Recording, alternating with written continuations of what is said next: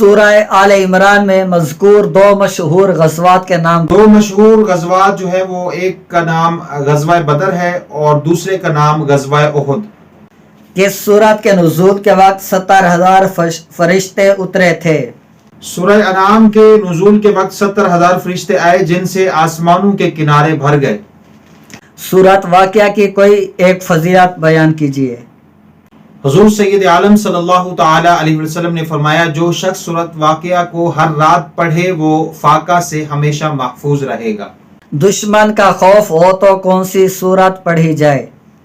جب دشمن کا خوف ہو تو سورت قریش پڑھ لینے سے ہر بلا سے امان ملے گی۔ سورت کہف کی پہلی 10 آیتیں یاد کرنے کی کیا فضیلت ہے؟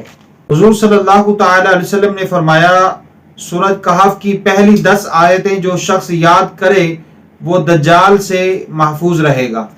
سوتے وقت کون سی سورت پڑھنا شرک سے براءت ہے؟ وہ سورت کافرون ہے۔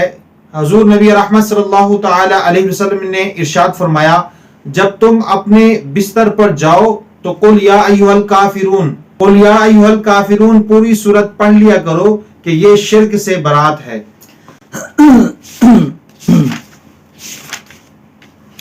قرآن پاک حفظ کرنے کے متعلق شرعی حکم کیا ہے؟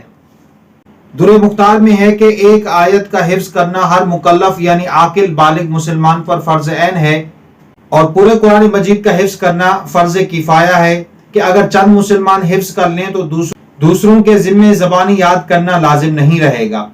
سورہ فاتحہ اور ایک دوسری چھوٹی سورت یا اس کی مثل 3 چھوٹی آیتیں یا ایک بڑی آیت کا یاد کرنا ہر ایک کے لیے واجب ہے۔ شیطان آدمی کے کس عمل سے روتا ہے؟